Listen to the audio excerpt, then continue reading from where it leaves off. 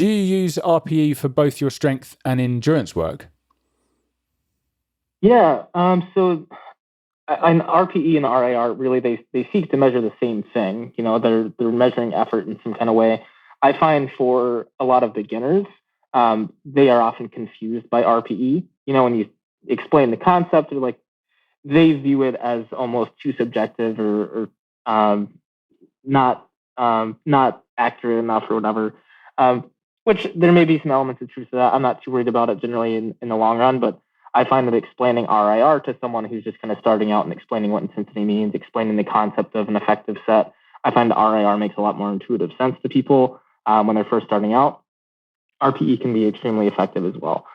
So for strength training, I typically use RIR a lot, RPE sometimes. For endurance work, especially of the like speed and interval and tempo variety, I like RPE a lot. When I'm doing more endurance, like true endurance, long aerobic stuff, long runs, and the like, I tend to err more on the side of like heart rate and pace zones. I think a lot of times people, especially kind of new endurance training, they're like, "Well, I ran 20 miles. That was an RPE 9 for sure." Like, no, you were jogging. Like that wasn't that wasn't an RPE 9. I know 20 miles sucks, but it wasn't that bad. I think people kind of misinterpret it in that context.